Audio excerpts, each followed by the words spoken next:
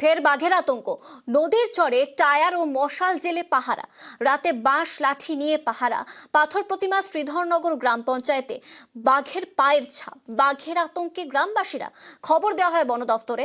জঙ্গলে জাল দিয়ে ঘিরে ফেলে বন দফতর। রাতভর চলে বাঘের খোঁজ।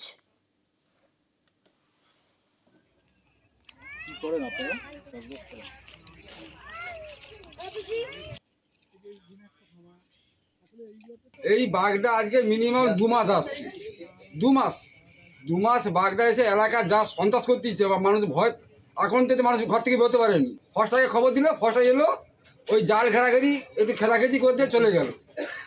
কিন্তু মানুষের নিরাপত্তা কোথায়? পাড়ার ভিতরে ঢুকে তো মাঝে ঢুকে যায়, কেউ বিশ্বাস করে না, কিন্তু পাউড়ি দেখে সকালে বলছে হ্যাঁ পুরো পরিষ্কার। সবাই কম বেশি শুনেছে এখন বাঘ আছে, আপনারা কি ব্যবস্থা করছেন করুন, যে বাঘ এখান থেকে ধরে নিয়ে যান, নাহলে আমরা বাচ্চা কাচ্চা নিয়ে বসবাস করবো কি করে। করছে তো ফরেস্টাররা আসছে, কিন্তু বাঘ তো ধরতে পারছে না, বাঘ তুলে নিয়ে যেতে পারছে না, বাঘ এখানেই থেকে গেছে। ঘেরছে জাল দিয়ে, এমন ভাবে ঘেরছে যাতে বাঘ জাম্প দিয়ে আবার চলে আসবে।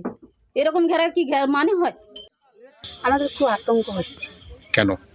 আমরা তো সুন্দরবন এলাকায় আছি, আমাদের তো জঙ্গলের পাশে বাড়ি, যার জন্য আতঙ্কে আমাদের ঘুম হচ্ছে না, ভয় লাগছে।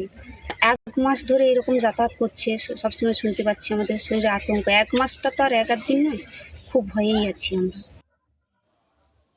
কালকে আমাদের কাছে খবর আছে যে ওখানে কিছু ফ্রেশ বাঘ দেখা গেছে, স্টাফের সাথে সাথে ওখানে যায়।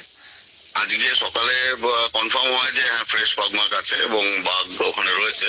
তো অলরেডি আমরা সেটাকে একটা ঘেরাটপ করেছি, যার মধ্যে বাঘটা আছে এখন, এবং আমাদের বাকি পিআরটি টিম এবং আমাদের অফিসাররা ওখানে ফিল্ডে পৌঁছাচ্ছেন।